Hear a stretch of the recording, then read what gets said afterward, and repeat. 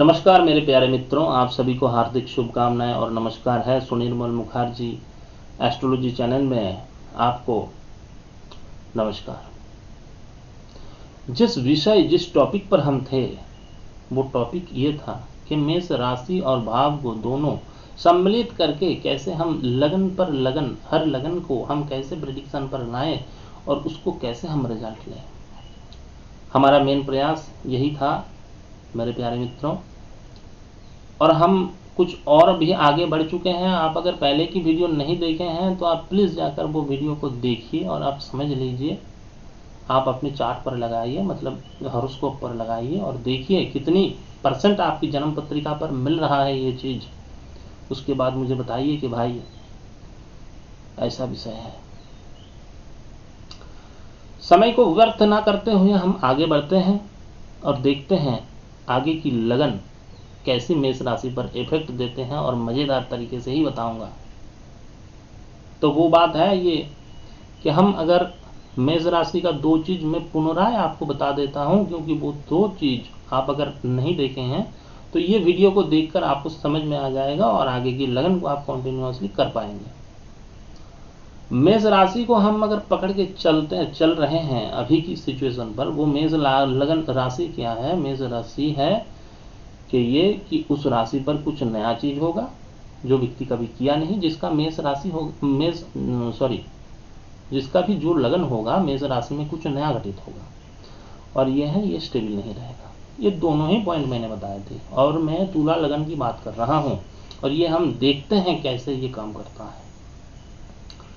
तुला लगन की हम अगर बात करते हैं तो वहां पर हम देखेंगे कि तुला लगन के हिसाब से आप अगर थोड़ा एंटी क्लॉकवाइज वो जाकर आप अगर देखेंगे तो ये मेष राशि पड़ता है 7th हाउस पर। तो आप सोचिए क्या हो सकता है 7th हाउस पर। 7th हाउस पर हम क्या विचार करते हैं एक्चुअल में? 7th हाउस पर विचार करते हैं हम अगर स्वाभाविक दृष्टि से, हम अगर कॉमन सेंस को आगे लेकर हम अगर चलते हैं तो हम देखेंगे कि 7th हाउस से पार्टनर, 7th हाउस से अगर पुरुष हो या स्त्री हो तो पुरुष, मतलब पार्टनर को हम दर्शाते हैं। और हम जिस भी व्यक्ति से मिलते हैं तो हमारा ओपोनेंट भी हम कह सकते हैं। तो हम अगर सीधी शब्द में ये कह दें कि तुला लगन की उन व्यक्ति को 7th हाउस में कुछ ना कुछ नया होगा, बिजनेस कुछ ना कुछ नया करेंगे, जो उन्होंने अपने परिवार में कोई भी व्यक्ति वो बिजनेस किया नहीं है, वो बिजनेस वो व्यक्ति करेगा तुला लगन की व्यक्ति को।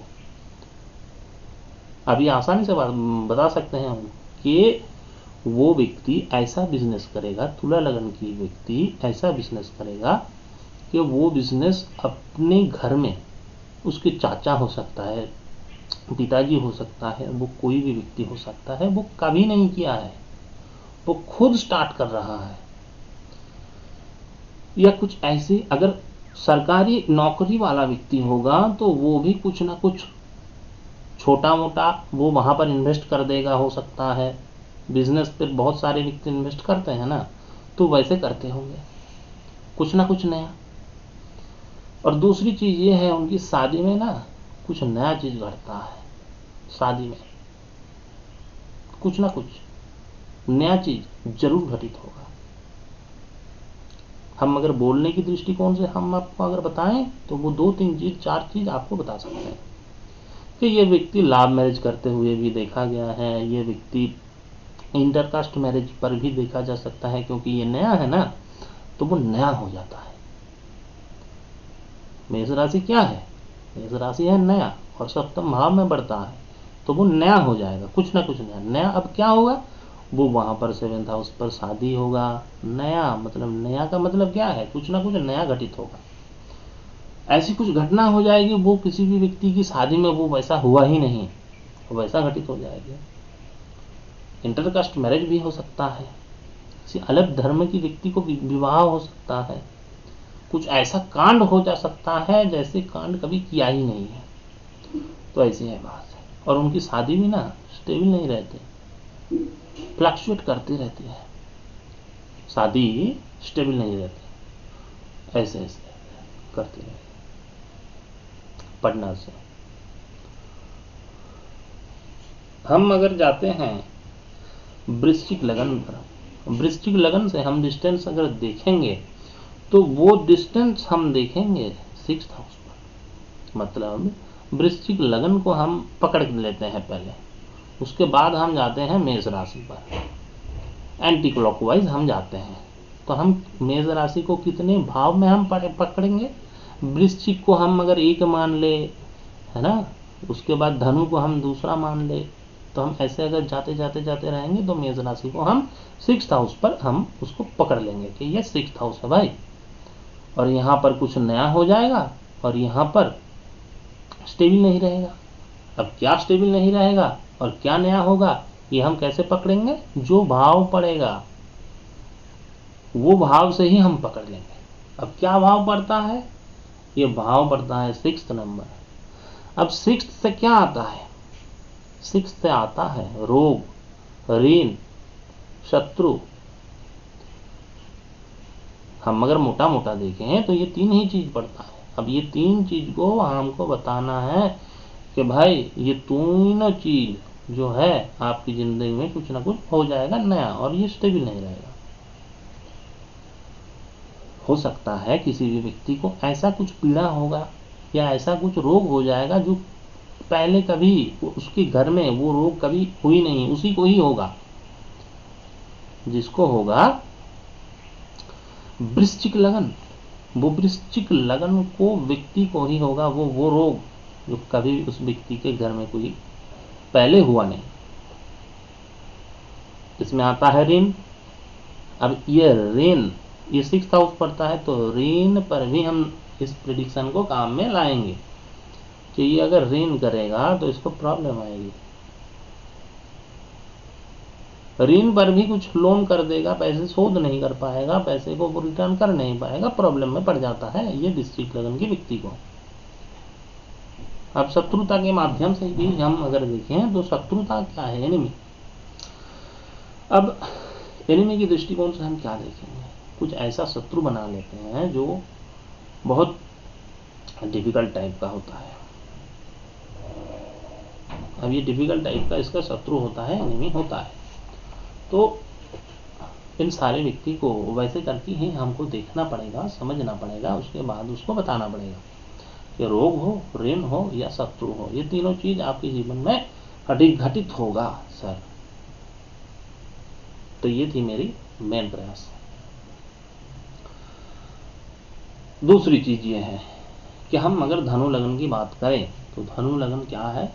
बृहस्पति देव की राशि है। और हम अगर धनु लगन की बात करें, धनु लगन से हम अगर मेष राशि पर जाना चाहते हैं, लगन क्या है? लगन है आपका जन्म का वो सन, वो समय जिस पर आप जन्म लेते हैं। हम इसीलिए लगन को हम सिर्फ बार बार कहते रहते हैं कि लगन को पकड़ लो, लगन को पकड़ लो। लगन से ही हम राशि को देखेंगे, लगन से ही हम प्लेनेट को देखेंगे, लगन से ही हम सारी चीज को ही देखेंगे। दूसरी बात यह है, दूसरी बात कि धनु लगन से हम अगर गिनते रहें, धनु, कुंभ, मकर, ऐसे करके हम अगर गिनते रहें तो वहां पर मेष राशि को हम पकड़ेंगे। मेष राशि पड़ता है 5th हाउस पर। 5th हाउस में क्या आता है? अगर शादी हम सोचते हैं कि उसका शादी अभी हुआ ही नहीं, तो हम क्या सोचेंगे? पढ़ना लिखाई, प्रेम, है ना, पूर्व पुण्य भाव, पहले उसने क्या पुण्य किया है, वो क्या किया है, वो तो बात है। लेकिन हम प्रेडिक्शन के मामले में हम बात कर रहे हैं। ऐसे में हम देखा जाता है कि ये व्यक्ति प्रेम जो करता है, प्रेम करता है, 90% व्यक्ति, इन व्यक्ति को प्रेम होता है। और इन सारे व्यक्ति को प्रेम पर भी कुछ नया चीज हो जाता है। अब क्या होता है? ये परिस्थिति के हिसाब से ये नया चीज होता है मेष राशि। और ये प्रेम जो करते हैं, लव जो करते हैं, अगर बीवी से भी अगर लव मैरिज हुआ नहीं और बीवी से भी वो अगर संपर्क उतने ही अच्छी तरीके से वो रखना चाहते हैं, तो वहां पर भी गड़बड़ी उनको आएगी, क्योंकि कांस्टेंट वो स्टेबल नहीं रहेगा ना, वो वहां पर घूमता रहेगा, वो ही सूत्र हम लगाएंगे। तो वो थी बात। अगर शादी हो चुका है तब हम देखेंगे संतान की, और उनकी और एक बात मैं बोलने में भूल कर दिया, वो बात ये है कि अगर उसका शादी नहीं हुई तो पढ़ाई में वो कुछ ऐसी चीज़ पढ़ाई कर लेगा जो चीज़ वो घर में कभी पढ़ाई नहीं होगा, या वो पढ़ाई में उसका मन नहीं लगेगा। ये भी एक मेन समस्या है, पढ़ाई में पर भी उसका वो रहेगा। अगर शादीशुदा है तो उसको संतान को लेकर कुछ ना कुछ उटपटांग चीज़ कुछ घटता रहेगा, या कुछ ऐसी प्रॉब्लम उसको आती रहेगी। हम ये आसानी से कह सकते हैं धनु लग्न के लिए। बाकी की राशि का भी हम चर्चा करेंगे। मुझे लगता है कि आपको आनंद आ रहा है, और इसको आप जरूर अपने चार्ट पर जन्म जातक ये जाति का किसी भी जाति का पर आप चार्ट पर लगाइए और देखिए कैसे ये काम कर रहा है, और उसके बाद मुझे रिप्लाई करिए या कमेंट बॉक्स पर मुझे बताइए। तब तक के लिए नमस्कार, जय श्री राम। अच्छा रहिएगा, स्वस्थ रहिएगा, व्यस्त रहिएगा। नमस्कार।